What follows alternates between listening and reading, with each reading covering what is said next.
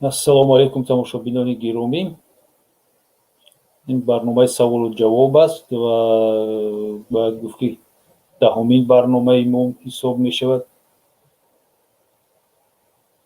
саволу ҷавоб даҳумин барномаи мо ҳисоб мешавад ва шуморо хайра мақдам мегӯем ва якчанд саволҳое ки аз тарафи шумо ба мо омадааст ба онҳо ҷавоб медиҳем. Агар ягон саволи дигар пайдо шуд, ҳатман ба онҳо низ ҷавоб хоҳем дод. инак баъд аз як лаҳза шуруъ мекунем. каме ҳамин шакли берунаи каналро тағйир диҳем.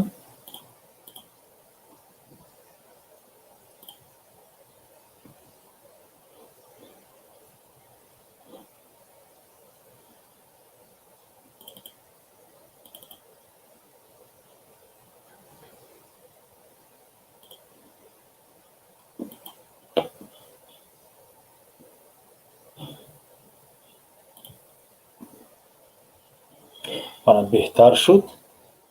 ҳуқуқи инсон гуфта логотипи мо баромад дар он ҷо, бениҳоят ҳам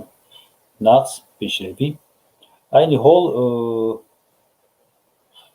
ман ба он саволҳое ки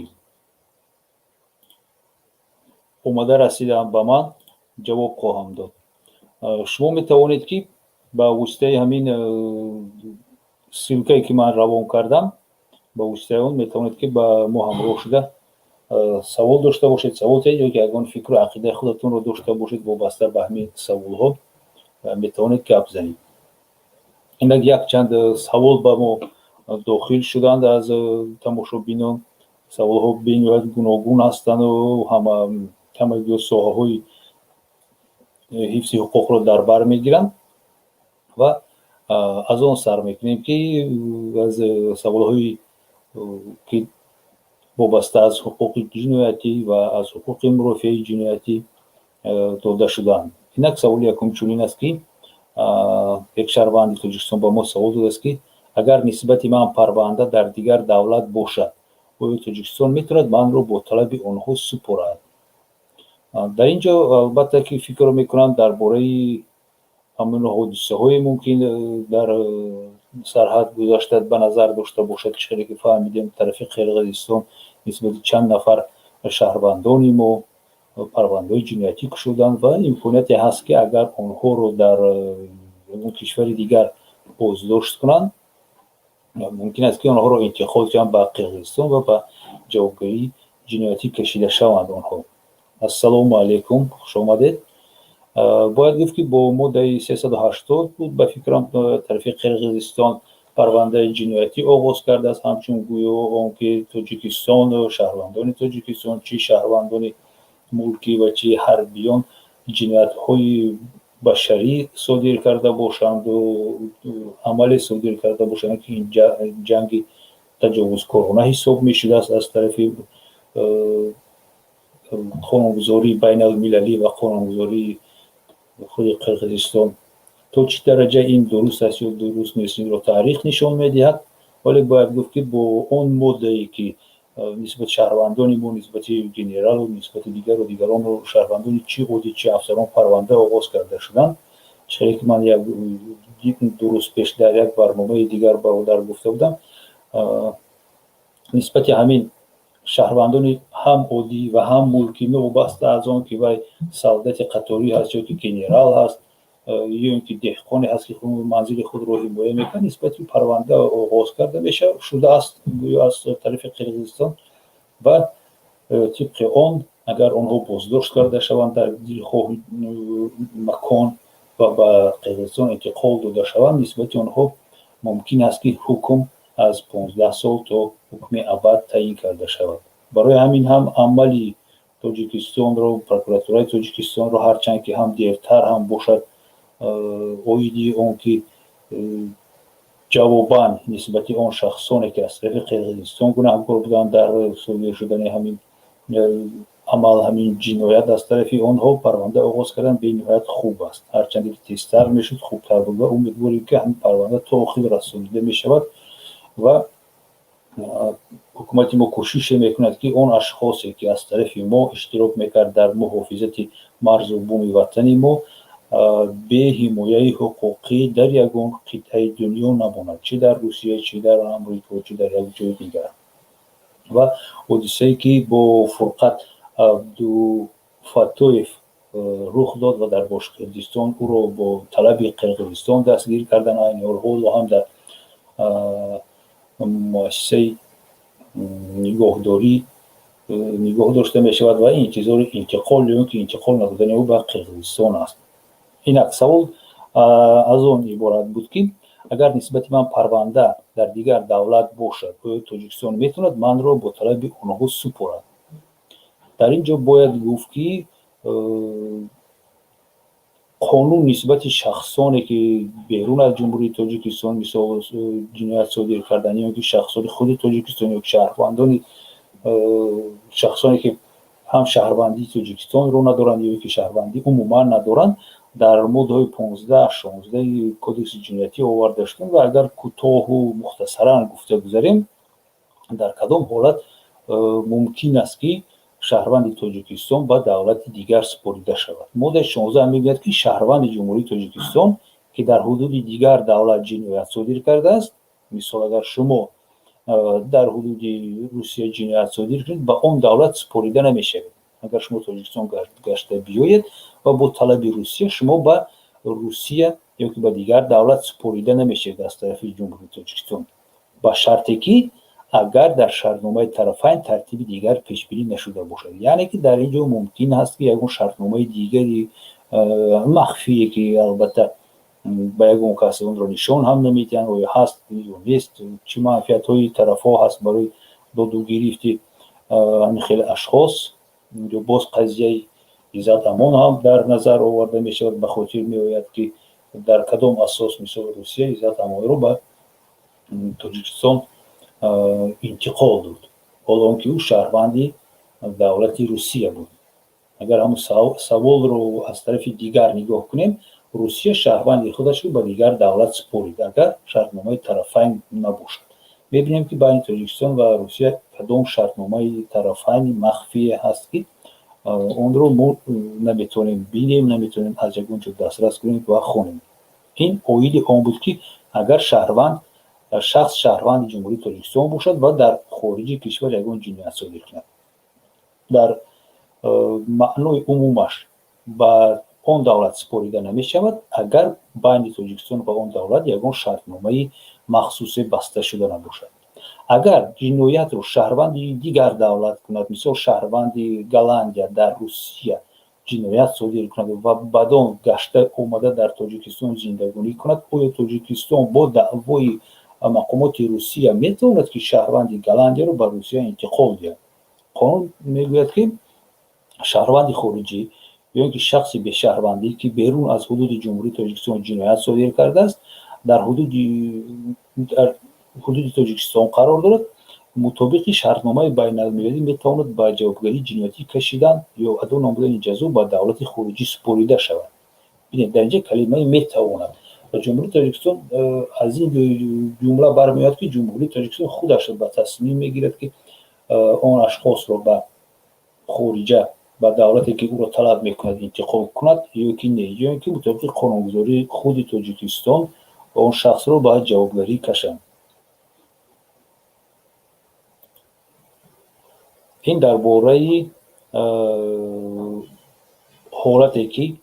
оё шахсро мумкин аст ки ҳангоми оғози парвандаи ҷиноятӣ аз тарафи дигар давлат аз Тоҷикистон интиқол кунанд ё ки депортатсия кунанд, супоранд. саволи дуюм аз он иборат аст ки дар бораи муҳлати ба ҷавобгарии ҷиноятӣ кашидан мегуфтед, гуфта шаҳрванд муроҷиат кардааст. дар бораи ҷавобгарии ҷиноятӣ ба ҷавобгарии ҷиноятӣ кашидан ҳангоми муҳлати ҳамин ҷавобгарии ҷиноятӣ кам шудану тамом шуданаш дар моддаи 75 кодекси ҷиноятӣ мисол оварда шудааст, дар кодекси муофиаи ҷиноятӣ ҳам оварда шудааст ва он чунин мебошад ки номи модда ҳам ҳамин хел аст, мисол озод кардан аз ҷавобгарии ҷиноятӣ бо сабаби гузаштани муҳлати ба ҷавобгарии ҷиноятӣ кашидан. ҳар як ҷиноят барое ки тибқи он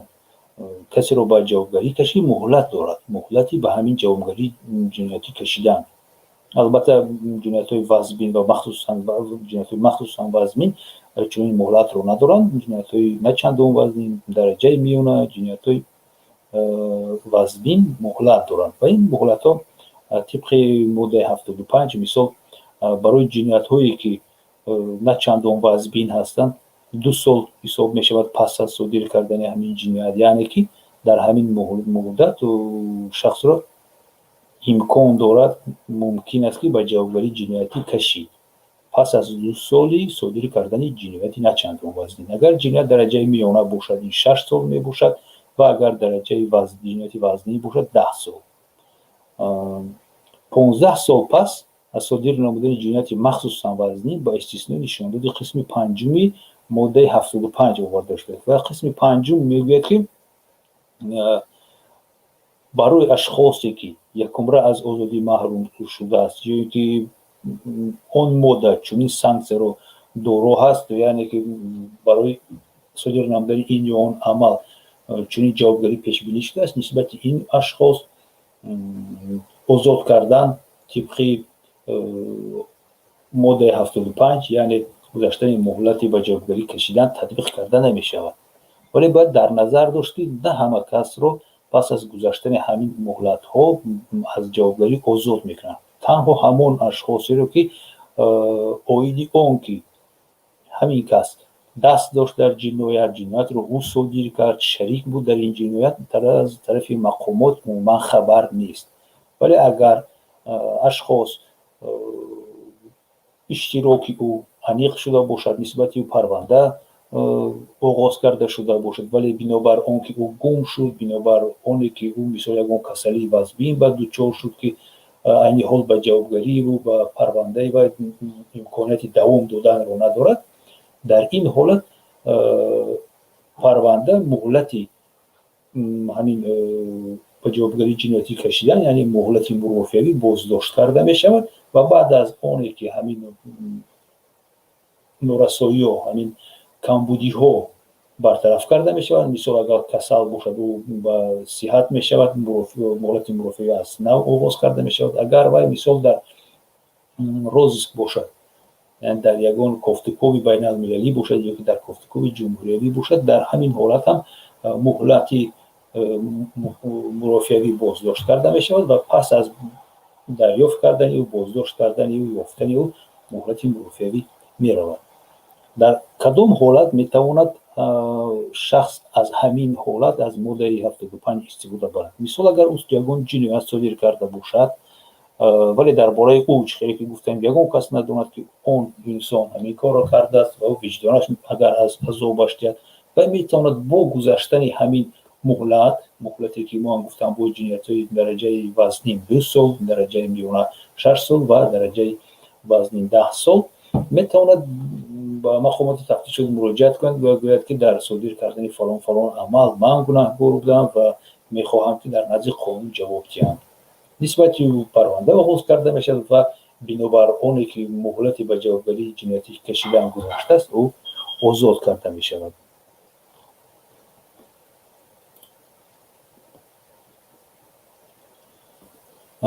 салом алейкум касоне ки ба онҳо салом накардам. раҳмат Сангинов, Максим Макс,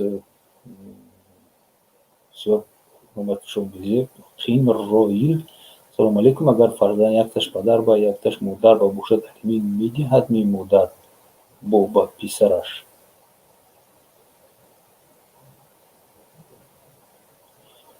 салом алейкум. модар ба писараш алимин медиҳад?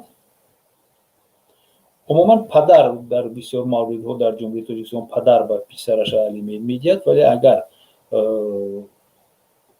як фарзанд якташ дар падар бошад, якташ дар модар бошад, вале падар муҳтоҷ бошад,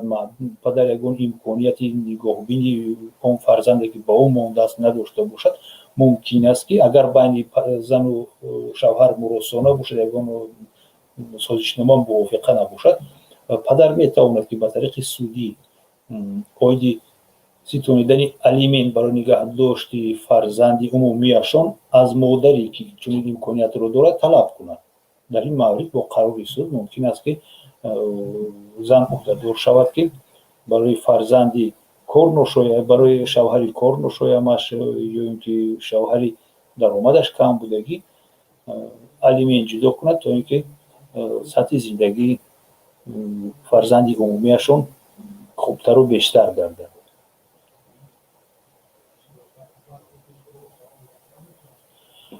дар бораи саволи раҳмат ман гуфтанӣ ҳастам ки айни ҳол ягон маълумоти наве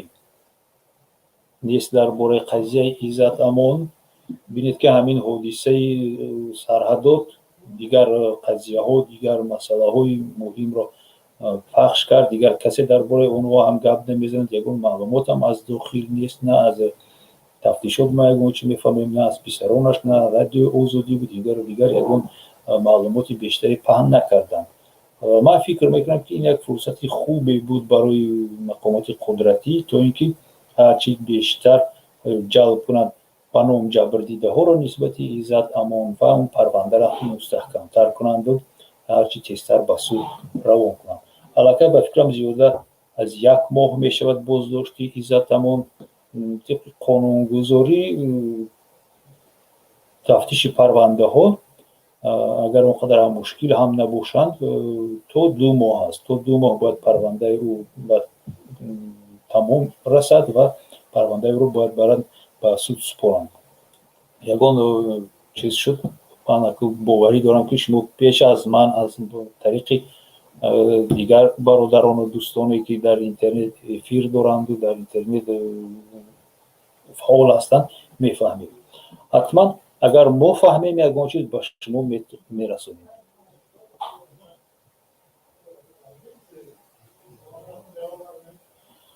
модар илоҷ надошта бошад чӣ? агар модар илоҷ надошта бошад ки талаботи қонунро иҷро кунад, вай ҳуқуқ дорад, имконият дорад ки ба суд оиди кам кардани андозаи алимент ё ин ки умуман бекор кардани қатъ гардидани ҳамин уҳдадории алиментӣ ба суд муроҷиат кунад. ҳатман бояд албатта ки сабабҳояшро нишон диҳад. сабабҳо чӣ метавонанд шуданд? сабабҳо даромади кам доштани худаш, сабабҳо он мебошад ки як нонхӯри дигар агар камтар вай грубитар гӯем нонхӯри дигар дар оила пайдо мешавад, фарзанди нав таваллуд мешавад мисол, ё ки ягон каси дигарро ба нигоҳбинии худ мегирад, ягон пиронсолро, ягон маъюбро, ягон каси дигарро, ҳатман бо пешниҳоди ҳуҷҷатии вазъи молиявӣ мумкин аст ки ба суд ки ҳамин қарорро баравад муроҷиат кард то ин ки чиз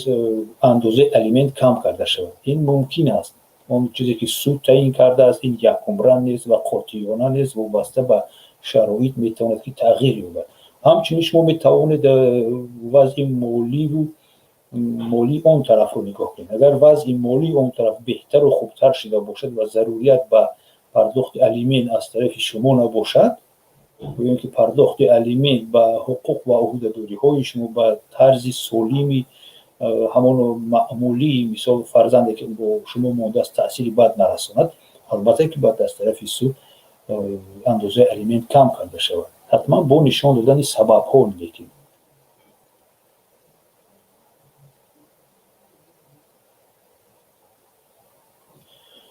як духтаратон бо шумо писаратон бо падара шавҳарат мегӯяд ки алименти гуфта суд baрафтааст. шумо як тавсия дорам вобаста ба сину соли фарзанд. аз 10 сола агар фарзанд боло бошад, аз 10 боло бошад, шумо метавонед дар мурофиаи судӣ оиди бо кӣ ихтиёр кардани зиндагониро ба тариқи судӣ муайян кунед аз фарзандон ва бинед ки фарзанд бо кӣ зиндагонӣ мекунад. ва дар суд метавонед баромад карда гӯед ки ин шавҳари ман ки писарамро бо худаш мехоҳад ки писарам бо ӯ зиндагонӣ кунад, вале имконияти нигоҳбини онро надорад. ман ҳайрон гӯед барои чӣ вай фарзандро мегирад назди худаш тарбия кардану нигоҳбинӣ кардан, ҳол он ки имконияти молиявӣ нигоҳбини онро надорад, ҳатто аз ман алимент талаб мекунад. میتونید وقتی تأمین همین وقتی دعوای او اویدی الیمنت شما نیز یک عریضه من درباره این یک برنامه فکر دارم نیت دارم که باید کنم عملهای شهروندان هنگامی آغاز پرونده های گردشدنی مثلا این پرونده شما بر کاتگوری پرونده گردشدنی داخل بشود وقتی که نسبت شما عریضه وارد کرده می شود و سود یا که کارمندی سود شما رو به سود دعوت میکند میگه که نسبت شهری از طریق شهری شما با شما عریضه وارد شده است نسبت شما یا که دیگر پرونده گردشدنی شما چی عملها رو میتونید کنید شما البته که میتوانید که فرصت گیرید هیچ وقت سراسر ما نشوید فرصت گیرید که با عریضه او شناس شوید لازم شمارید اگر ادوکات گیرید لازم شمارید میتونید ملاحظه ها رو نویسید نسبت همین عریضه میتونید عریضه دعوی متقابلا نویسید و میتوانید از خود سود نیز طلب کنید که بنابر سبب هایی که برای شما دشوار است مثل دریافت کردن یگان دلیل که برای حل واقعیانه پرونده مهم است میتونید که از سود خواهش کنید که همون عمل رو اجرا کنید یعنی که سود طلب کنید از یگان کارخانه از یگان اداره اویدی دریافت کردن یگان دلیل یگان حجت که اهمیتی مهم داشته باشد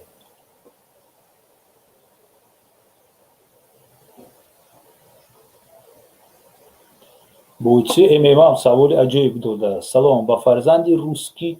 درباره ختنتوی اوچش روس روزی نیست چی باید کرد مراسو کرد باید مراسو درباره ختنتوی یگون که شما مجبور نیستید که فرزندش به خواهش او برده یگون جراحی کنید یگون چی کنید ختنتوی همین جراحی حساب می شود بغیر از آنه که به حیات او یگون خطر جدی تهدید نکند و این کار رو دختران نکند مصلحتی من با شما باید همین است که فقط شما طرفای خوبی همین عمل رو به او فهمونید از مراسا کنید یگان ضرر ندارد قدر میلیون آدم ها همین از همین چیز گذشتگی هم از زنده و سلامت هستند طرفای خوبیش رو فهمونید اگر اون زنی روس شما را دوست دارد و موافقه باشید شما در یک اویله سالم باشد من فکر میکنم که زید نمیشود عموما مفتی رسول پروسته فهماندن در کار تمام پدرش کار میکند اما من نی بار این نوشته است که پدرش کار میکند اما من نی از این جهت باز میبینید طرفی پدر با قوتر میشود چون که وای از گفت شما معلوم است که امکانات بیشتری نگاهبینی فرزند را دارد اگر فرزندی که دختر شما در دست شما هست از 10 سال بالا باشد و حتی میتواند که طلب کند که فرزند با او زندگی کند اگر اون دختر شما دختر مایدگی شما راضی باشد به این در اینجا شانسی بیشتر البته که شوهر شما دارد چون که وای در یگان جا کار میکنه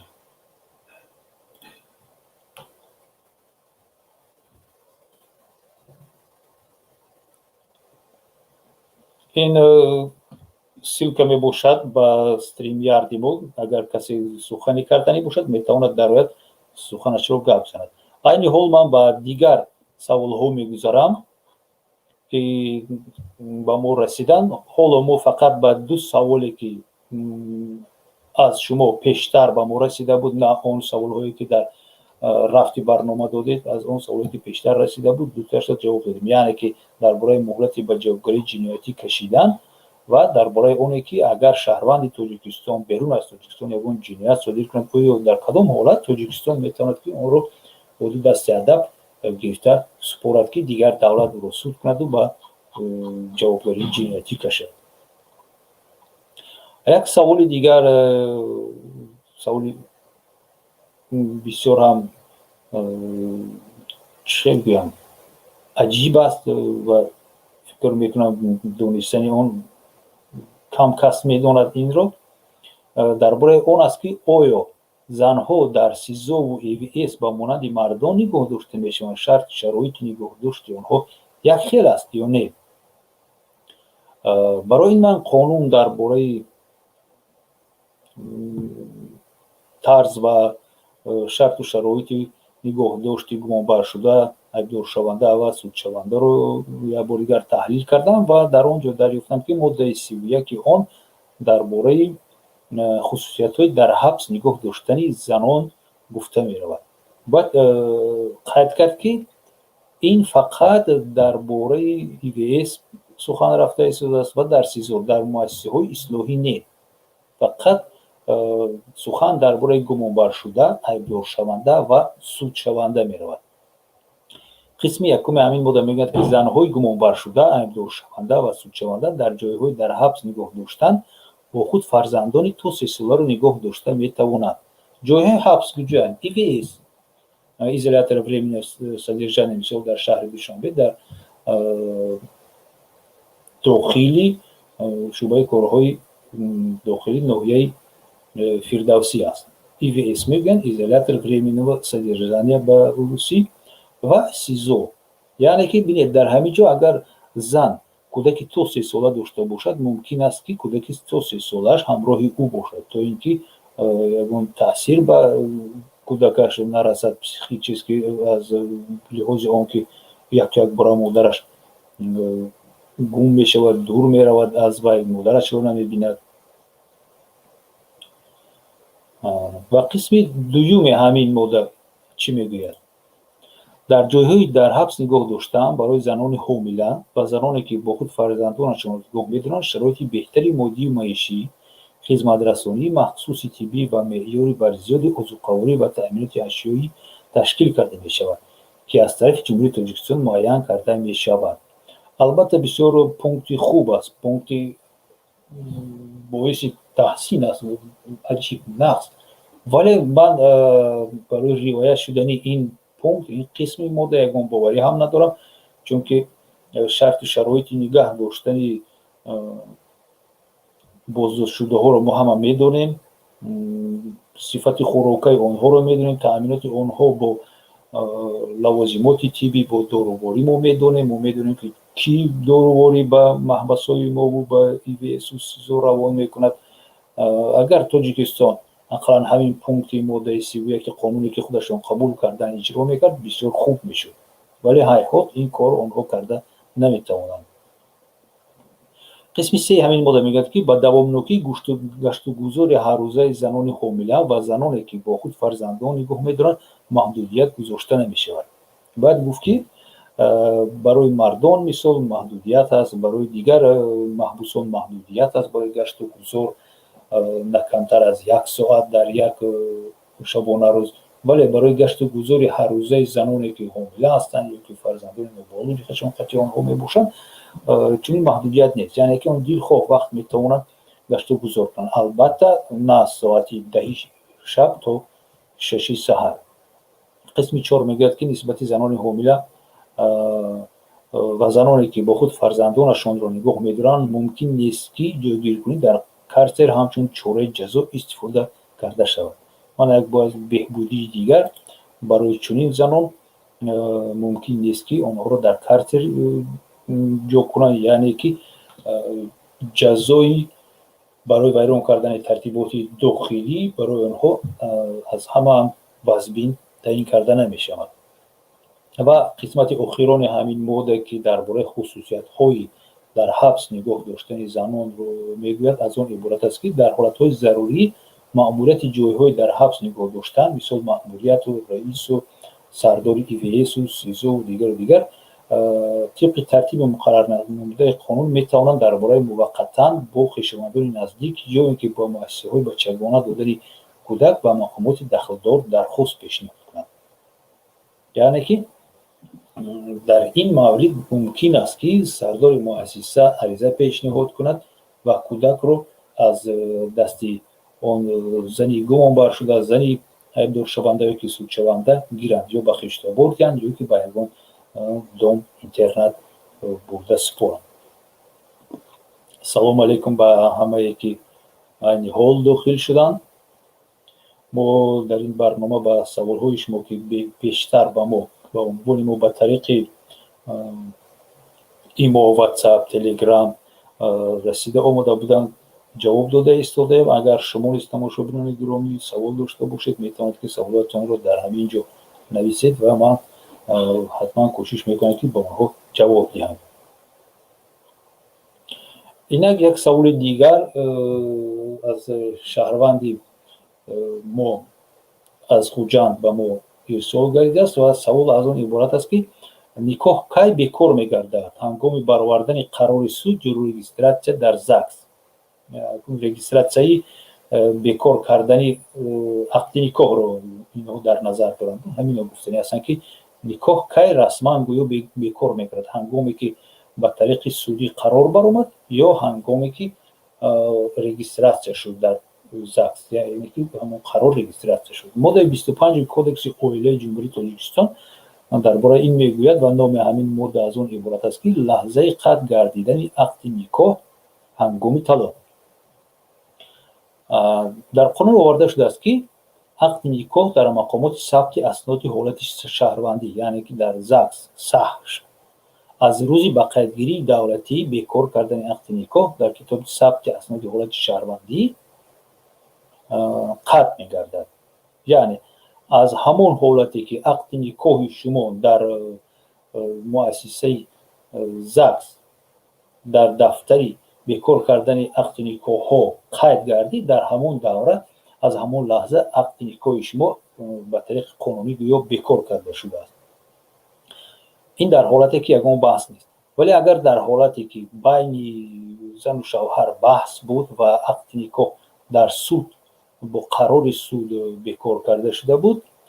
дар ин маврид аз рӯзи эътибори қонунӣ пайдо кардани ҳалномаи суд қатъ мегардад. ман ҳамин диққат кардам дар кор ки дар ин ҷо қонун дар бораи он намегӯяд ки аввал бояд қарори суд барояд ва он қарори судро гирифта бурда дар хати дар мақомоти сахш ба расмият дароранд. он лаҳза ЗАГСу муносибатҳои никоҳӣ ба таври қонунӣ қатъ мекарданд. қонун мегӯяд ки ҳангоми бекор кардани ақди никоҳ дар суд аз рӯзи эътибори қонунӣ пайдо кардани ҳалномаи суд. ҳалномаи суд, суди мурофиаи гражданӣ метавонад ки дар муддати то 1 моҳ ба қувваи қонунӣ дарояд. яъне ки аз рӯзи ҳалнома дар толори суд эълон карда шуд, дар муддати 1 моҳ ба таври автоматикӣ агар касе шикояти кассатсионӣ накунад, ягон даъвои дигари пешниҳод карда нашавад вобаста ба ҳамин парванда, ақди никоҳ бекор карда мешавад ва шарти асосии бекор кардани он ин гирифта рафтани нусхаи ҳалномаи судӣ то ин ки ӯро баъд аз 1 ҳафта ё ки чанд ҳафтаи дигар ба расмият дароранд ва дар китоби асноди ҳолати шаҳрвандӣ дар графаи бекоршудагон ақди никоҳи бекоршудагон нависанд, дуруст намегӯяд. яъне ки аз ҳамон лаҳзае ки ҳукм ба қувваи қонунӣ даромадааст. қисми дуюми ҳамин модда мегӯяд ки бекор кардани ақди никоҳ дар суд бояд дар мақомоти сабти асноди ҳолати шаҳрвандӣ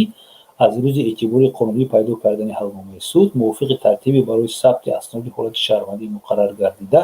ба қайди давлатӣ гирифта шавад. бекор кардани ақди никоҳ аз лаҳзаи ба қайди давлатӣ гирифта шудан барои шахсони сеюм эътибори ҳуқуқӣ дорад. яъне ки баъде ки ҳалномаи судӣ мебарояд, баъде ки он ба қувваи қонунӣ медарояд, дар баъд аз ҳамон лаҳза барои дигар ашхос бекор кардани ақди никоҳ ин қувваи қонунӣ мегирад ва эътибори ҳуқуқӣ дорад. яъне ки дар муносибат бо шумо ҳамчун шавҳардор ё ки зандор ё ки оиладор муносибат намешаваду ҳамчун муҷаррад бо шумо муносибат карда мешавад.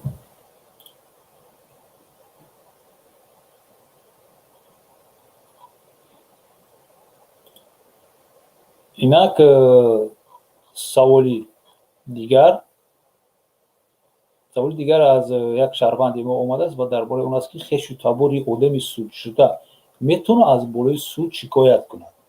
камтар савол аниқтар нест,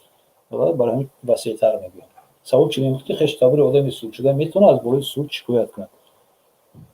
агар аз болои ягон амали мушаххаси судие ки нисбати шумо нисбати شخصی نزدیک شما صادر شده است، مثال عملی نامطلوب، نافهمی، خطاگی، حقوق بیان کنی خیلی باشد، البته که شما میتونید که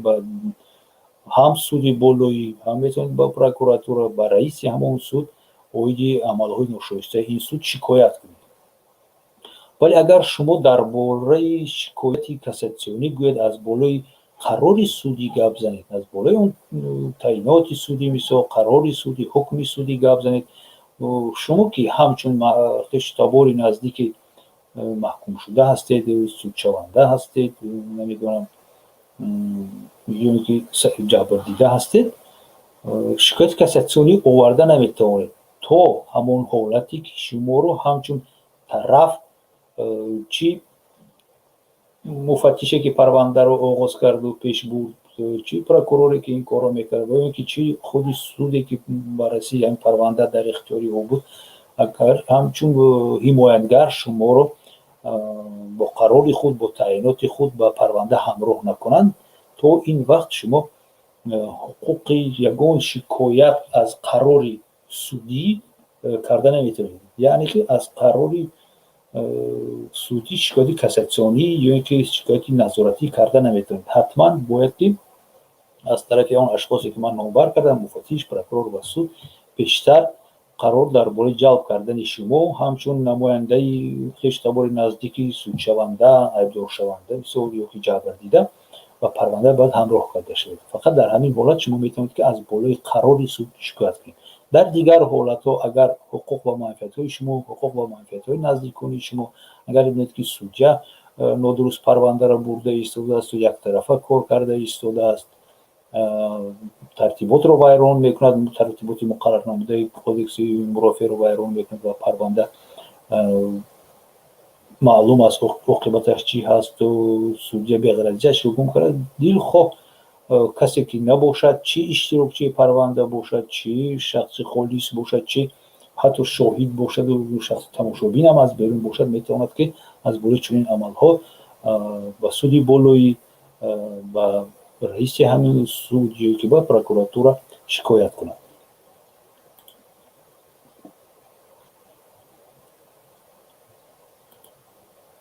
یک تقریبا سوالهای ما هم به اتمام رسیده ایستادند،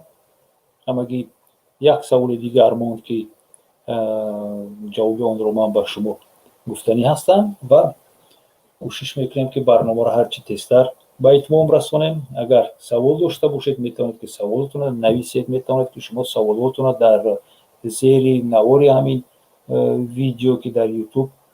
پخش میشود نویسید و حتما ما با اونها جواب میدیم. خیلی که بیشتر گفتم ما در یوتیوب هستیم، ما در ایمو هستیم، در وایبر، واتساپ، تلگرام هستیم با رقم هایی که من عین حال با شما ارسال میکنم. شما میتونید با همین رقم ها زنگ زنید در ایمو، تلگرام، واتساپ، وایبر و اگر سوال داشته باشید سوالاتون رو در همونجا نویسید. ما کوشش میکنیم که هرچی تیزتر با سوالهای شما جواب بدیم.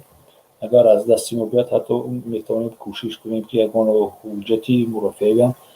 ترتیب دهیم به منفعت شما. این یک سوال آخرانه که در این برنامه ما نیت داریم با اون جواب بدیم اون است که یک سوال آمده است: اما که من بنابر پیر بودن و بیسوادیش زمین و منزلش رو به همسایه فروخته است، ولی تا حال او فکر میکند که زمین رو همسایه بعد مرگ او میگیرد، گویا او هدیه کرده باشد یا میراثی مانده است. در اصل زمین رو شرطنامه خرید و فروش کردند. میشد با یگانجا شکایت کرد در این باره. از سوال شما برمیآید که اما که شما فریب خورده است از طرف همسایه‌تون و ندونسته که چی شرطنامه را امضا میکنند، مثلا در نوتاریوس چی رو امضا نمیکنند و با فریبش کردن یا که با گمراهی در آوردنش اویدی محتوای همون عملیاتشون و شرطنامه حجتی رو امضا کرده است و اما که شما تا حال فکر دارد که تو زنده بودنش همسایه او رو نگاه بین میکن و بعد از مرگش این منزل و این زمین به همسایه میگذارد. ولی شما چه فهمیدید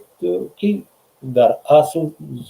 زمین علاقه فروخته شده است و شرطنامه خرید و فروش است و دیر خواه وقت ممکن است امکانیت دارد که همسایه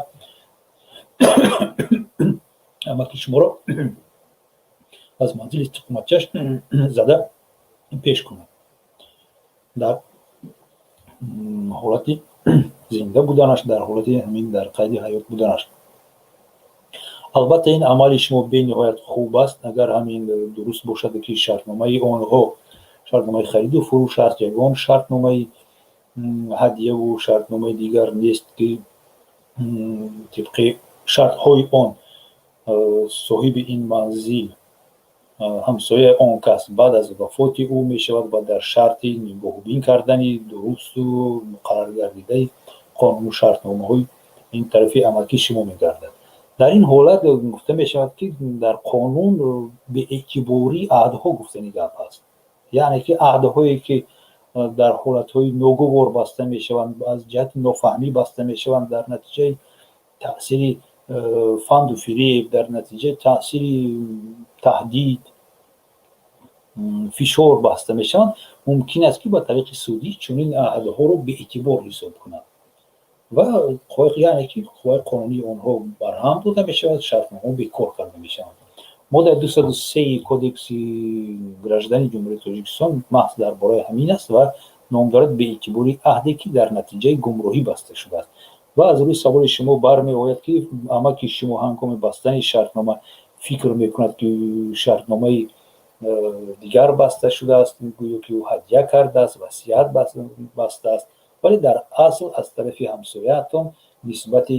اموالی اماکتان و نسبت اماکتان یک خیانت صادر شده است و شرطنامه خرید و فروش بسته شده است که در دل خواه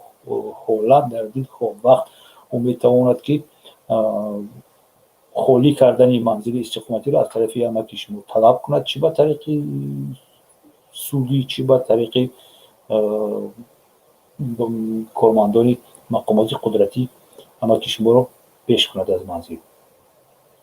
در این مورد وقتی که شما باوری کردید و دلیل یافتید که شرطنامه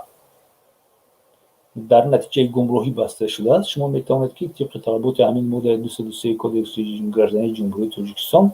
مراجعت کنید. همین ماده چی میگوید؟ قسم یکمش میگوید که سود میتواند عهدی در نتیجه گمراهی بسته را که اهمیتی مهم دارد، این مسئله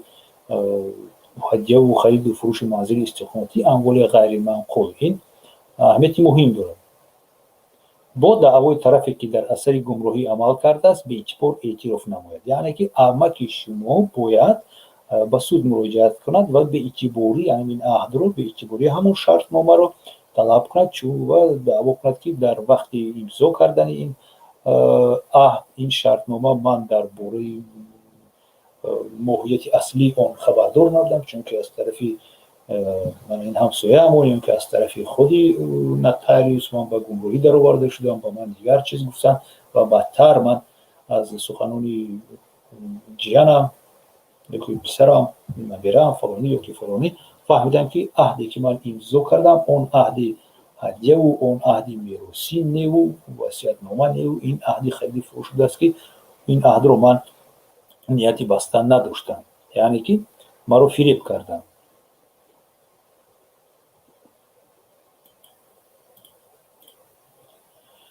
قسم دوم میگوید که اگر عهد همچون عهدی بر اثر گمراهی بسته شده به اعتبار دانسته شود، مطابقاً قاعده قسم دوم ماده 192 کودکس پیش بینی گردیده تطبیق میگردد. یعنی که دعوا اگر اعتراف گردیده شده است، طرف دیگر با گناه او شخص به گمراهی در آورده شده است، اون زیانی واقعی که این اشخاص کشیده است باید از طرف شخصی که عهد رو در نتیجه گمراهی در امضا کرده است، عهد رو ترتیب داده است، عهد بسته، باید از طرف او از طرف مال و ملک او زیان برای شخصی گمراه برقرار کرده شود. دوستان این بود اون سوال هایی که شما با ما ارسال نموده بودید و ما طبق نقشه با آنها جواب دادیم. اگر سوالی داشته باشید مرحمت میتونید سوالتان رو در اینجا نویسید. میتونید سوالتان رو شما در کامنتاری ها در ویدیو نویسید، حتما با آنها ما جواب میتیم در فرصت های هرچی تستر و مناسب. همچنین شما میتوانید در کانال یوتیوبی ما حقوقی من сообщество گفتن جو هست، میتونید فکر و عقیده خودتون رو وابسته به هرچی بیشتر برنامه را وسیع‌تر کردن، برنامه را شوقمندتر کردن برای شما نویسید، تکلیف های خودتون رو نویسید، درباره اون میتونید نویسید که کدام موضوع ها میخواستید که بیشتر معلومات گیرید و دیخواه اون پیشنهادهای خودتون رو میتونید به ما ارسال کنید. این حال در آغاز برنامه میخواستم یک بار دیگر درباره قضیه‌ای که در سرحدات جمهوری تاجیکستان گذشت گفته گذارم. فکرم دیگر فرصت هم نمیشود، برای همین از فرصت استفاده برده همین سخن رو میخواهم گفته گذارم و یک دو سوال یا پیشنهادهایی که دارم به نمایندگان قدرتی جمهوری تاجیکستان و حکومت جمهوری تاجیکستان ارسال کنم. یکم این که من دستگیری میکنم اون عملی که پروکراتور گنرالی جمهوری تاجیکستان کرد، هرچند که اون هم دیر هم بود، یعنی که آغاز کردن پرونده جنایتی نسبت خدمتچیان حربی و دیگر شخصانی که از طرف شهروندان جمهوری قرقیزستان که در جنگ تجاوزکارانه سهم داشتند و من نیز این عمل و اون حادثه‌ای که گذشت در قرقیزستان بغیر از جنگ تجاوزکارانه که از طرف قرقیزستان صادر شده بود یگان چیز دیگر نامبر کرده نمیتوانم، چون که در عمل همین خیلی بود و مناقشه های سرحدی هم نامیدن ممکن است. برای همین من تکلیف میکردم که مقامات حکومت جمهوری تاجیکستان نیز یک موقع خود رو وابسته به همین حالت، یعنی بهای حقوقی رو از طرف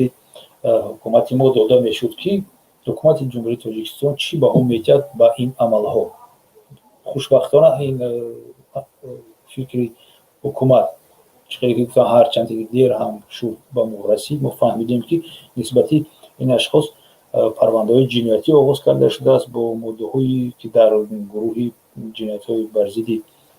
بشریت است، یعنی که از همون ماده 135 تا 404 بود 405 بود آغاز کرده شده است و امیدوار هستیم که پرونده تا به آخر رفته میرسد و در رفت گفت و شنیدها طرف تاجیکستان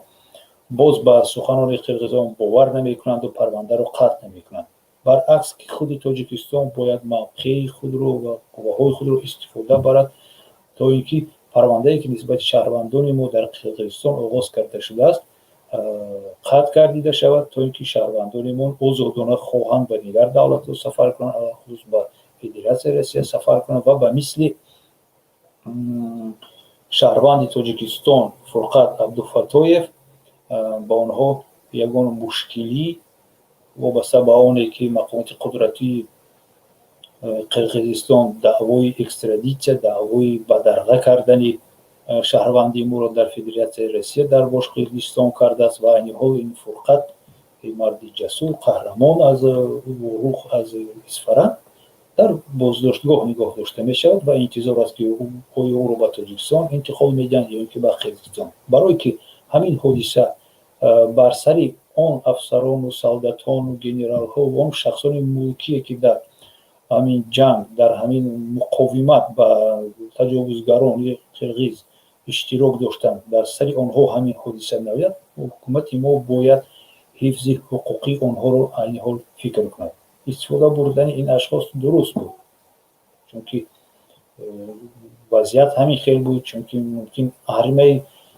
تیار نداشتیم برای همین شخصان ملکی را استفاده بردن، ولی درباره حمایت آنها نیز باید فکر کرد که پگاه نسبت آنها پرونده آغاز کرده نشود و آنها رو به هر راه به قرقیزستان برده از 15 تا یکم را زندانی نکنند. سلام علیکم فاروق، سوال داشته باشید مرحمت سوالتان رو نویسید. اگر гап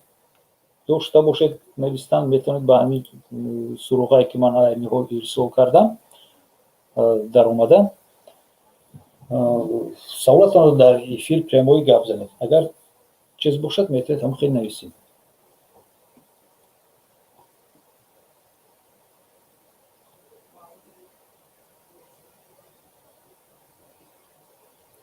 Исло, шумо Дмитрий Алексеевич городской суд Московской области вас в качестве привлекаемого лица по адресу Московская область. این معنای وای دارد که نسبت شما پرونده مأموری آغاز کرده شده، ادمنستراتивное правонарушение شدگی است. привлекаемое лицо گفته شما را دعوت کردگیان. اگر شما پرونده چیز می داشتید، پرونده جنایتی، هیچ وقت привлекаемое лицо نمیشید، شما обвиняемый میشید، یا подозреваемый میشید، یا подсудимый میشید. این جای خرم فکر زیقی هم نیست، ولی حتما اگر ادوکات می داشته و می رفتید خوبتر بشه. این به فکر من دیل مأموری هست، یعنی که اگر ملکی نروشنی کردگی هستید، یا اونجا بلنگ زدید، یا که در اگر تظاهراتی به اجازت اشتراک کردید، ممکن همین باشد. اگر اگر چیزی وزبین نیست، به اگر ترس و هم میتونید روید.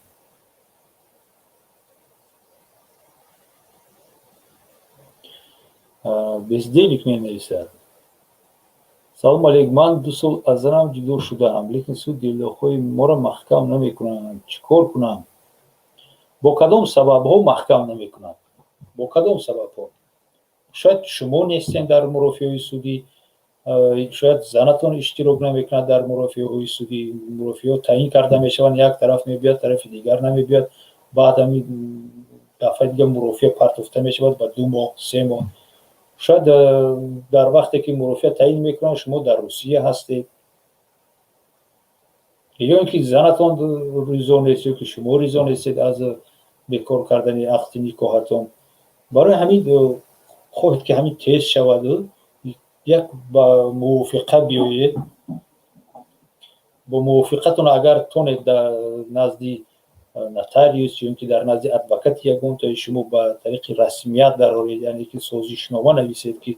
شما دعوا ندارید، یعنی که یکدیگر قطع زندگانی میکنید، دعوای مال و ملکی ندارید، مسئله تأمینات فرزندان بین خود حل میکنید، مسئله تقسیم اموال رو بین خود حل میکنید و گویا حل کردگید. یک سازشنامه نویسید، اما با سازشنامه رو با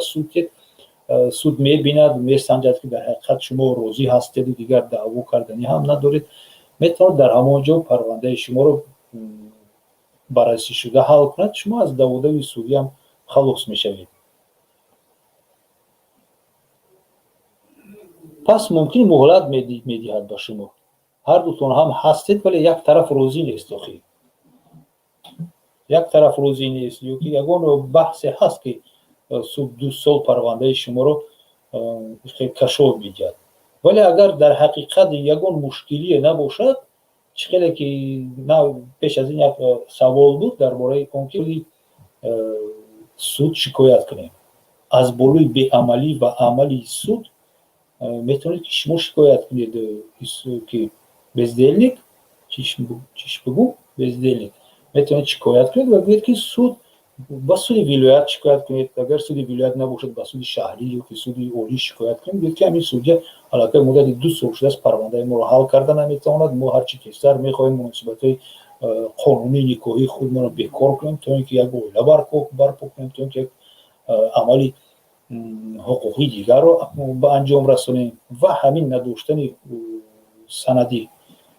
لازمه مانع شده است و این مانع رو با ما ایجاد میکند سودیا عبدالرحمانوف مثال ایش میکنه که پرونده از دست او گرفته شده و دیگر سودیا داده شود، پرونده ما رو هر چی تیزتر حل کنیم. شکایت از بالای عمل و بی‌عملی سودیا ممکن است کردن.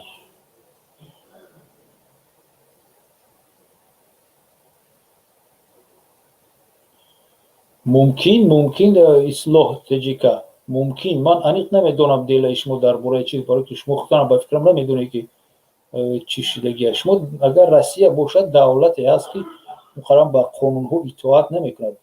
علاوه خصوص با قانون ها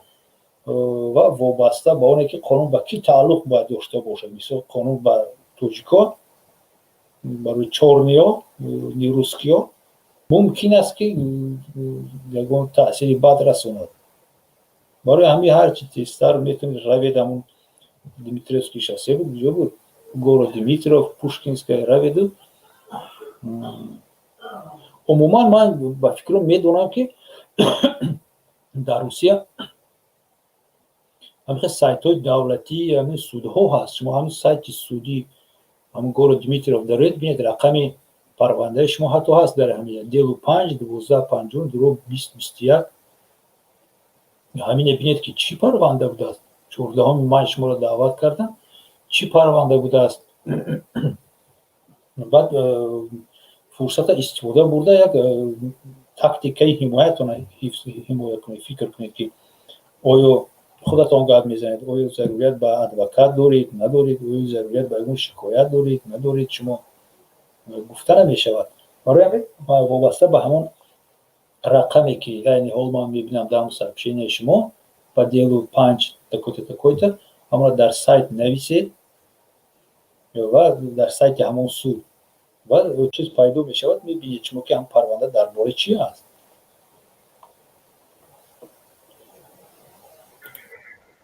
سلام علیکم. بزده میگه راست خواهی و یا همین خیلی پول خوردیستن شما شکایت کنید بولوشون کاری که شما میتونید کرده این همین شکایت کردن از به عملی سود گفته و سودی بالایی شکایت کنید آدم خوبترش عریضه به سودی بالایی از نامی خودتون نمیسید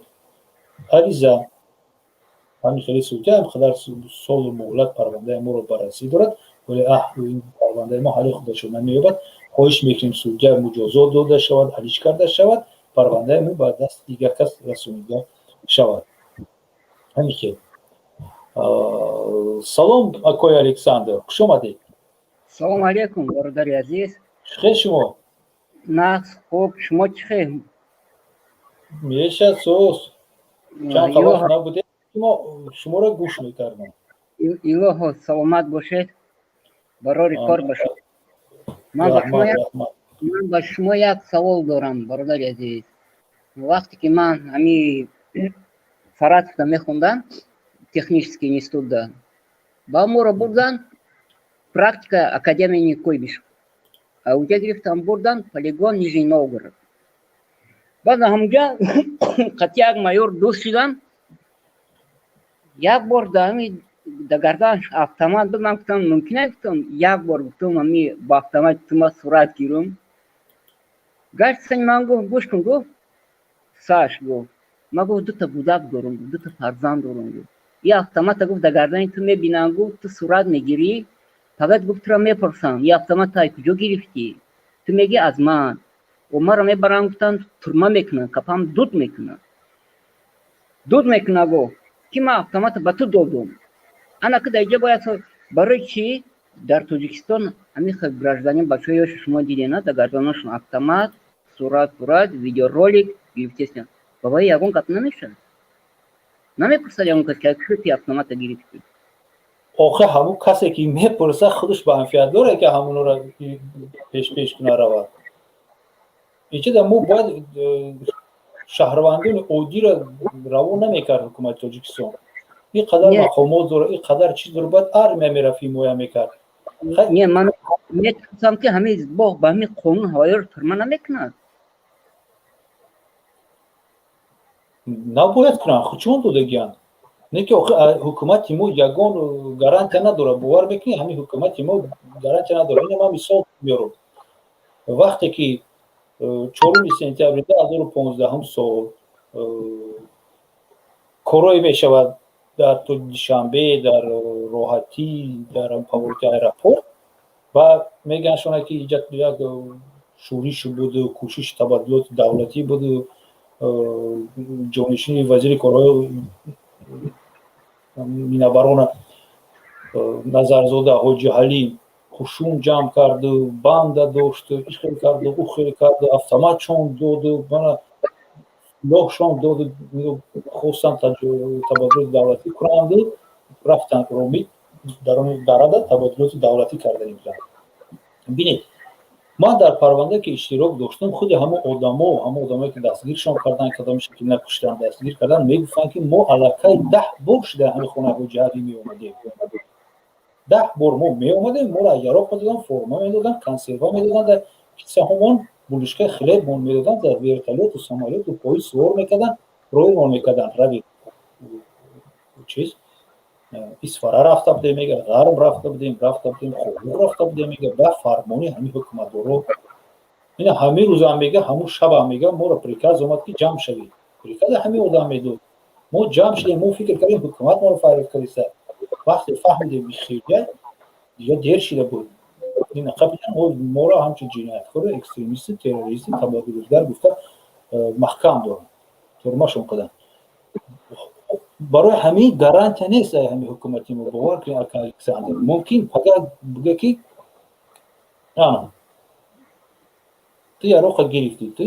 кӯшиши вай дошт гарантия нест ба ҳамино барои ҳамин нағзиш шахсоне ки военӣ нестанд нагиранд ягон чиз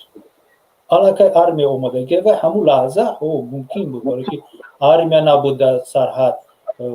аҳолӣ хест яроқа гирифту заду пеш кард қирғизоро пеш кард рафт не ки айни ҳол ки инҷо мисол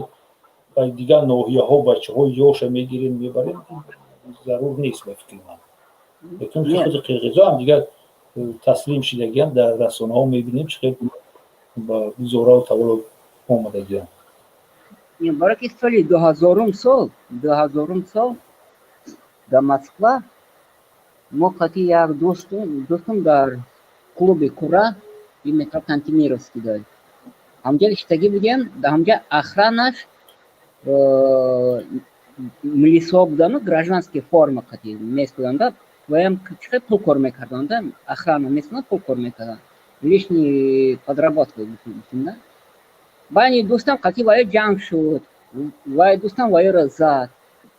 чихеле ки дар киси ҳава як тир пистолет андохтанд дар кисааш парк карданда дасташ хол доданд капитан киси вай як тир пистолет ёфтанд вай барои ҷанг маҳкам накардам сакя накушодану барои ҳамун як тир пистолет 2 сол доданд вай лавозимоти ҳарбӣ ҳисоб мешавад чихе ман ҳайрон даст вайда мисол гражданский форма автомат и ягон қонун дарост намеёбад ман дар бораи ҳамин гуфтестам ки проблема анами одамота мешавад ҳамин нисбати анамино парванда оғоз мекунад қирғизистон уже гуфтагия ки ман оғоз кардам ва фақат дар Россия ки рафтан иноро меқапанд ҳамашона ранге ки Фурқат Абдуфаттоев ки аз хуҷанд аст аз суғд аст ҳозир дар Русия маҳкама депортатсияш дорад ба талаби қирғизистон ана ҳамин хел мешаванд вай ба тарафи Қирғизистон мере ки вай граждани Қирғизистон нестад граждани Қирғизистон нест не ки Қирғизистон нисбати парванда оғоз карда ки чанд сол пеш дар ҳамин муноқишаҳои назди сарҳади иштирок кардагия фаъолина иштирок кардагия нисбати ҳокимияти Қирғизистон кадом амалеро карда намедонам чӣ кор карда таҷовуз карда ҳукумата гирифтани буда каза зада нисбатиш парванда оғоз кардем дар роз доданша народови ана дар Қирғизистон номуш мебурад ба талаби Қирғизистон вай меқапанд ҳозир дар СИЗО ИВС маҳкама тоҷики мо ана ҳукумати мо бояд пешгирӣ кунад анамира мисоли ҳамин Фурқат Абдуфаттоев бояд пешгирӣ кунад бояд ки анамин шахсҳое ки шаҳрвандаи оддӣ ҳастанд ҳатто ҳамун солдате ки ирӯз дар хизмат аст агар хизматиш тамом мешава бо бечора маҷбур аст бирава Россия кор кунӣ анаи проблема дар гирифтор нашавад ина масъаларо бина якум дуюм чанд вақт шуда ман ҳамина гуфтанӣ буду бо оида мебурояд Тоҷикистон бояд ақаллан як хотираи пост нигоҳ дорад дар бораи ҳамун шаҳидое ки шаҳид шуданд ҷоншонро бохтанд дар ҳамиҷа ақаллан як лавҳаи хотиравӣ бикунад бо навиштани номошон дар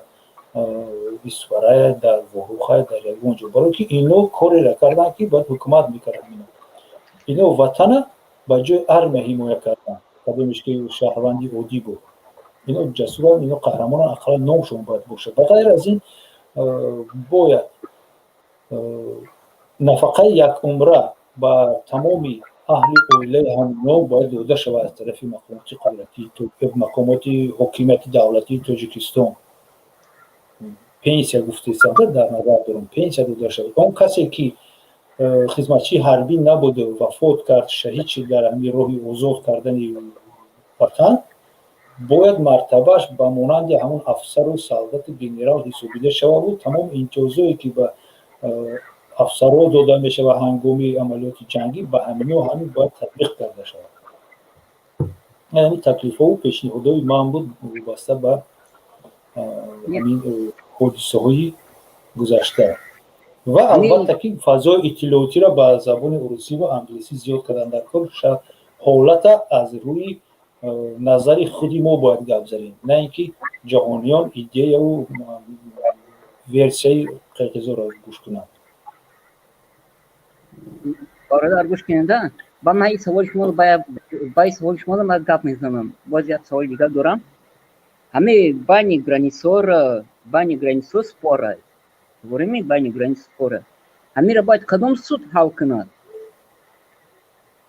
مثلا سود یگان سود اینا بین خود دو دولت حل میکنن. وجود سود نیست میشمارات نیست. ولی ریمسکی ستاتوس گفته یک یوریستی قرقیزستان برآمد کرده گفته که ما دلیل داریم که امام علی رحمان و تمام حکومت سالدت‌ها و آدم‌ها را به ریمسکی ستاتوس میسپاریم. های پورا نیست و گپش خیلی برای خودش پیار کرده گفته گه. نه برای اساس نداره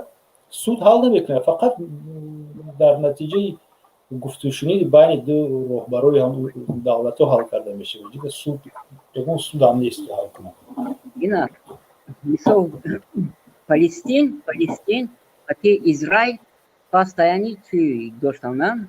بینشون споры و دامجه اوه کو سودی اون حل کرد که اسرائیل باید دیوار زد در بین گرانیسر یادتون باشد اگر اون سود نداره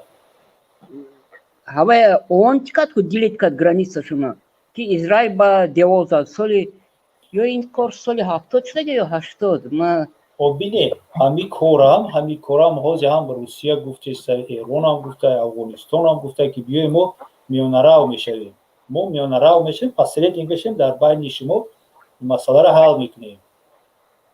اینکه وقتی که ما خودمون حل کرده میتونیم پس ریتینگ چی در کار ما یک فرصت خوبتر بهتر را دست دادیم ده ما قوت با اون زیاد بود ما زمینه اجنبی خودمون را گرداندیم گرفته بودیم حاضر با همه را به حالت پیشتر گرداندیم به حالت پیشتر که هم یک هفته پیش بود هیچ با همون واروخ انقلاب شد با رفت و آمد مشکل میشود. عموما خبر استفاده بودن در کار بودن وقتی که گرفتن هم چند که بچه خدمت کرده گرفتن دادن در کار نبود. از روی همون حالتی که ما داشتیم باید ما تاجیکستان شرط خودمون را میموندیم در نزد قرقیزستان نه همه را دادیم با نو خیلی اساسش که همین جنگ تمام شد جنگ نشود مهم شدیم. هوا یکی دو دای بالا فرمان بوده گیم که دو دیام طوری می خیلی خودشون نمیتونن باید مردم قدر با جوش و خروش آمادگی بودن که اگر منشون نمیکردن نمیدونم وجود آزی بودن. باورکنین همین تین ویدیو رولی که قرقیزستان میبینم ده همین پریزیدنتشون پریمیر منیسترشون دیگر چیزاشون رفتن همو با شکلی زخم خوردگی شدن زخمی شدن همشون رفتن خبر بیتن نکه یک تایی توجیه که ندیدم که مثل همین کمتر قرقینی کلان باشه رفته باشه که یک همدردی خود اخلان بوده باشه که بپو همیرا لیچینی کنین یک تاش نبرمده ندیدم کی یتیم با نیسا رفته بود که یتیم قطعی رئیس ولایت به فکرم رفته رئیس شهر اصفهان را خبر گرفتن و بود چند آدم دیگر صورتشون بود من نمیدونم چی گفتن با پول تمام بچه‌ها که به پول ویدیو رولیک تماشا نکردم با گفتن که برای چی همین دولت تاجیکستان یگون تاش یگون تاش прямой эфир نمیبرن مثل شما با همین خلق صحبت کنن گوان که درد شما چیه مثل موینی کورا حلق خلق باشن برویا وقتی که خودشون خلق بالا میدونن شما در نظری و یک خدمتگاری و بارکشانکی و شما برای همونو زندگی دوری گویا و چی در میبرومده گپ میزده اگر همون مفکوره در من همی بود من نمیبرومدم گپ زدم ولی این خیلی کلاش شده خیلی گپ نمیداره پروگرام نیست در مغز سری ولی که من در وطن خدمت میکنم وطن ما همین مردمی بورسته ما باید جواب بگم چیکار کردیم اونو میدونن که من جوابم گم هیچ کمر هیچ کار کرده نمیتونه خیلی 10 کس جمع بشه هم از یو 10 کس در یک جا جمع بشه هو میگه همش میگیریم محکم میکنیم تمام همین پوتین ببینید پوتین ببینید 147 میلیون اهالی دارن در روسیه با چقدر دیگر زاگرانیце داره هر سال 2 بار میبره با ها گاو میزنه کنیسه باید هر کی گپو گاو میزنه حقارت هم میکنن چه حقارت هم میکنن پولی که وای داره نوکی وست توجیکستان 10 تا وست توجیکستان خره این چیزی که خاطر میشه که 10 تا میشه توجیکستان نوکی وست رنی ازیره خره پولقتی ممکن پولقتی خره لیکن دیگه با خلق خیش با میبره صحبت میکنه چقدر گپو میگن چقدر میتینگامش چقدر گپو میگن شد آخه این خلقم اکو الکساندر ای خلقم وابسته بود خلق او بسیار درباره چی فکر میکنن تو شتای گوی مرده را نخره رنگ قرقیزو درباره چیکار فکر میکنن درباره هیچ چیزی بالاتر قرار فکر نمیکنن فقط خود مسئله چیکار شرکنی پول کورکنی جمع کردن تمام خب به همین حالت هم معلومه که کی رسوندگی شده دیگه همون را باید فکر کنیم که نموری چیکار سر باشه بعد درباره سیستم ها فکر میکنیم درباره بعد فیلسوف میشه یکم فیلسوف نمیدونم که گشنه باشه گشنه و اثر ایجاد کنه اما ای سریه همین حالت به نهایت معقوله ده همین رئیسای حکومتای معقوله ما فکرمون در سیاست نیست درباره نگاه کردن طلب کردن این مردم نیستیم که شما چیکار کردید ما باید فکر کنیم که چقدر همین بگهی یا لقمه نان میبریم خونه کودکو بخورن گشنگی نشود در خونمون پلیس سویتا بتیم که سویتمون نقشه سویتاوی ولی آبو ایسو مسلکه و بالا و بطر выживание گفتی رسول فقط выживание رفتیسته تمام выживаем сейчас не живем а выживаем выживание رفتیسته خیلی دوستان گرامی با همین فکر میکنم که برنامه مون به اتمام رسونیم مقصدمون با سوالایی که شما ارسال کرده بودید جواب دادیم بغیر از این چند سوالی که شما دادید در افیر اینا رو هم جواب دادیم نصیب باشه پگاه ما برنامه دا میبرویم نکی برنامه پریمو افیر نمیشود پریمو افیر فکر کردیم فقط روز دوشنبه و روزی جمعه با فکرم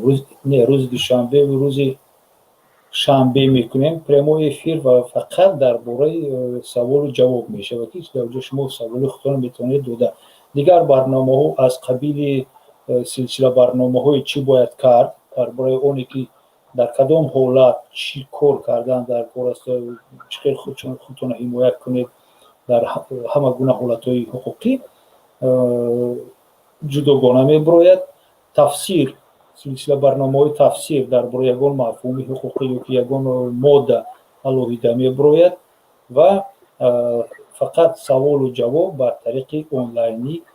پهن کرده می شود بچه خیلی که میبینید حاضر من چیزی که مثال در همین سری می نویسم دوتا میبراید هم حقوقی من می نویسد هم را پفتار میکند با بزرگمهر یارو فاوندیشن میکند خاطررسان میکنم که همین حقوقی من این یکی از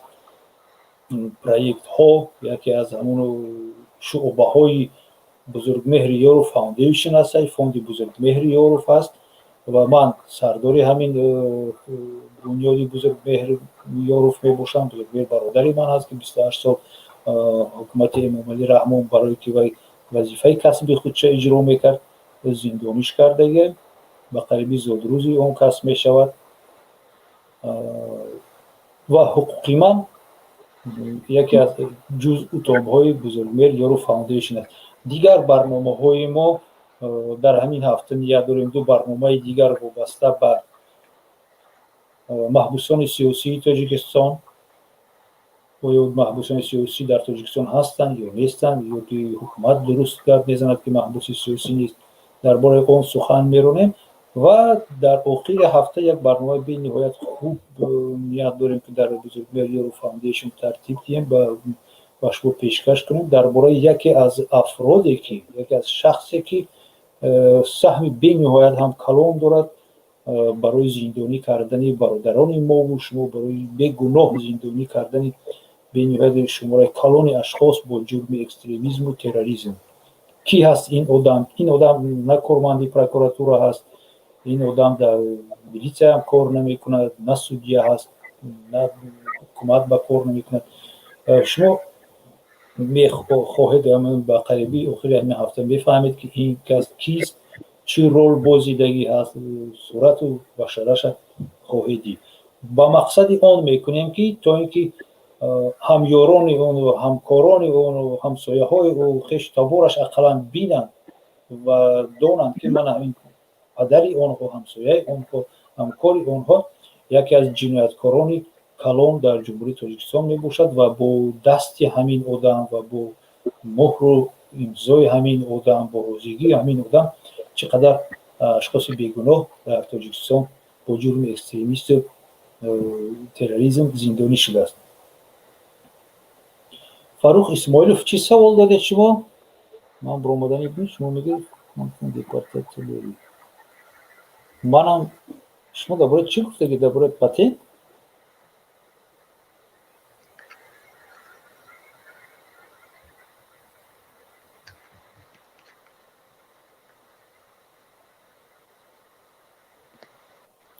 Фарух Исмоилов агар боша як бор дигар саволтонро нависен, барое ки ман наёфтам. Саволтон чӣ буд? Ассалому алайкум, Румайсада мегӯем. Шумо 16 сол мо шуморо надида будем, гуҷода мегаштем.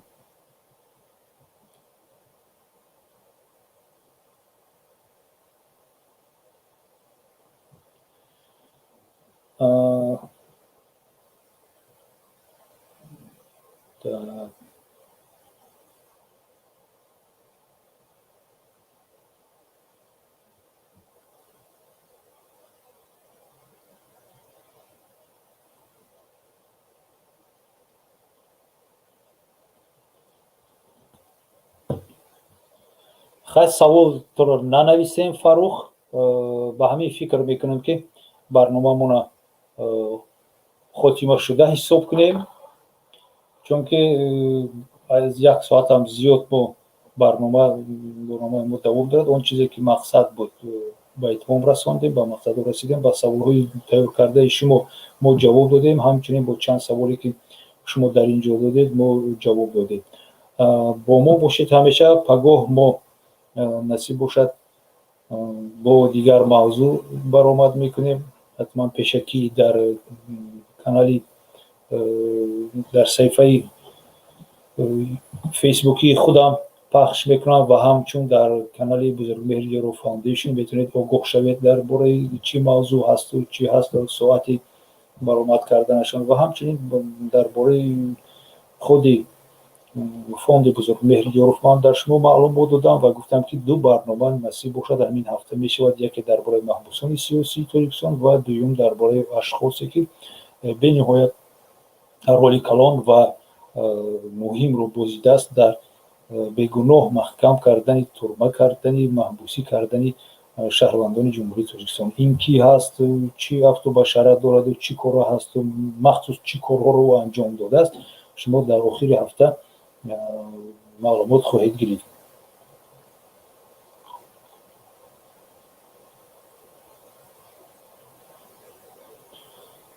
Фарух патентсупорӣ рафтиянд, депортатсия гуфтиянд, чӣ кор кунанд? Якумш ки гуфтани ҳеҷ вақт бовар накунед. Шумо қарора пурсед, ки мара депортатсия кардад, на каком основании, где это решение? Барое ки ҳар як қарора мумкин аст ки шикоят кард. Ба даҳан гуфтан мегиранд тона. Шумо як бор дигар равед бигӯед ки на каком основании документальном я хочу обжаловать это решение о моей депортации. Я ничего не нарушал, ни уголовного правонарушения, ни административного правонарушения. Я никому не должен, я не брал кредит, чтобы не выплачивать его. На каком основании? Я хочу посмотреть тот юридический документ, на основании которого меня депортируют. И когда меня депортируют, я должен самовольно, что ли, выйти. همین گپا را گفتن نسخه قرار اقلا همون مقاماتی که همون قرار برو آورده معین کنه همون مقامات روین یا که اگر ترسی روی یک کس ادوکات گیری نماینده شما نماینده تون رو همون مقامات درخواست کنه برداره حجت رو بینه در کدام اساس شده بینه که امکانیتش یگان عریضه دادن امکانیت ابژالوات کردن هست یا که نیست همه همین رو بینیم کار همین خیلی با گپی هیچ کس باور نکنید فاروق اسماعیلوف یکم که رفته حجتی سنجین در حقیقت آیا همون دیپارتاسیا گفتگی هست یا که نیست حاضر گفتم فاروق اسماعیلوف خیلی نباید بردگاه میگوندن نام بسیار نام یک جیان موننده و بیانام داره و در همون روسیه چیکار میکنید پاتین سپوری رفته یک بار دیگه برای همون جای پاتین بگن که من چه депортация на основании чего я депортация я подлежу депортации кто вынес решение о моей депортации какой территориальный орган или какой суд какое должностное лицо пожалуйста можете вы мне сказать و میگه که پوشکینский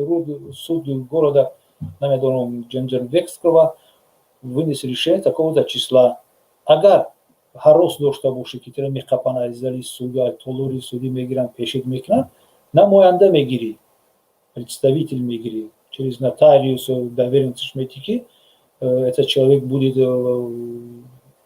представлять меня во всех государственных структурах Российской Федерации, в том числе в суде гражданского, административного, экономического и такого-то профиля. گفته доверенностش میتیای سود هم مردک خودش میره سودی که گفتن تا یا که همو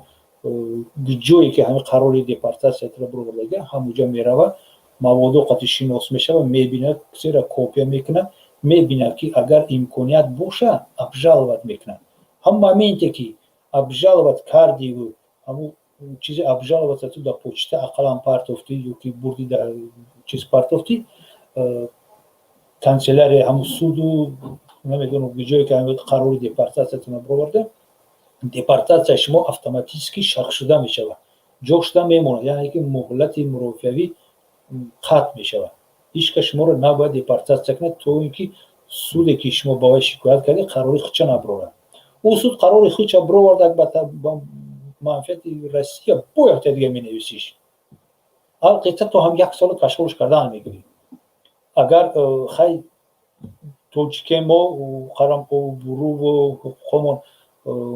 مطابق قانونگذاری روسیه برابر دیگه اشخاص دیگران نیست در اون طرف میدونیم همه ایران میدونیم که قینه خودمون حمایت کردن برای که مگرم خودمون حمایت کنیم این دیاسپوراهای ما قرم کار نمیکنن برای وزارت عمومی برای سفارت عمومی گپ نزنیم در توجیکستان هیچ کار میکنم اگرم خودمون حمایت بکنیم دوستان عزیز با میتونیم مرکز مهاجرت عزت امان در مراجعت کنید اگر سراغش دارید و ندارید شهرت قدرت هست هم کسب ما ادوکات در توجیکستان کار میکنه حاضر در روسیه هست و در فیسبوک هست میتونید سراغش یابید با ازای مسئولیتی بیشتر پرسید در هم درون کار میکنند شناساشون بسیارتر و راه‌ها را میدونن با چی کار کردن نکرد یکی راه عمومی همین است که شما باید فهمید که کدام مقامات کدام شخصی منصبدار در کدام اساس نسبت شما قرار دیپارتاسیا برآورده هم قرار دسترسی میکنه و از بالای و شکایت میکنه همین قدر گپ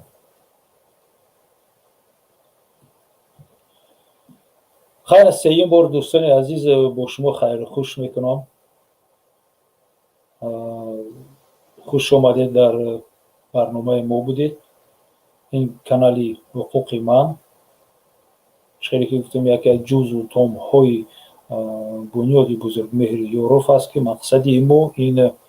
расонавӣ кардани ҳолати маҳбусони сиёсӣ, вазъи ҳуқуқии шаҳрвандони мо дар ҷумҳурии Тоҷикистон, баланд бардоштани савияи дониши ҳуқуқии шаҳрвандони ҷумҳурии Тоҷикистон ва ба дигар давлатҳо низ агар зарурияте пайдо шавад ва ҳамчунин ёрдам кардани онҳо ба дар ягон мушкилии онҳо. ба ҳамин дӯстони азиз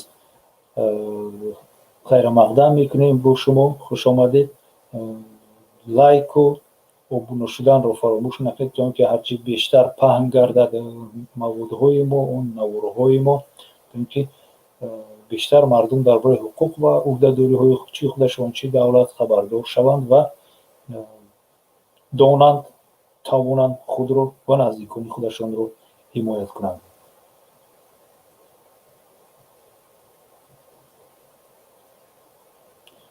фарух исмоилов ман гуфтам ки посольство наравем, диаспораи тоҷикҳо равем, маркази тоҷикон равем, ё ки ягон одами дигарро ҳамчун намояндаи худ таъин карда ба тариқи нотариус доверенность ба вай дода ӯро пешпеш мекунед ба ҳамон мақомоте ки қарори судро, қарори депортатсияи шуморо баровардааст, то ин ки бо он қарор шинос шавад ва агар зарурат бошаду имконият бошад аз он шикоят кунад. хайр набошад дӯстон. бо ҳамин тамом то пагоҳ насиб бошад, пагоҳ вомехӯрем боз.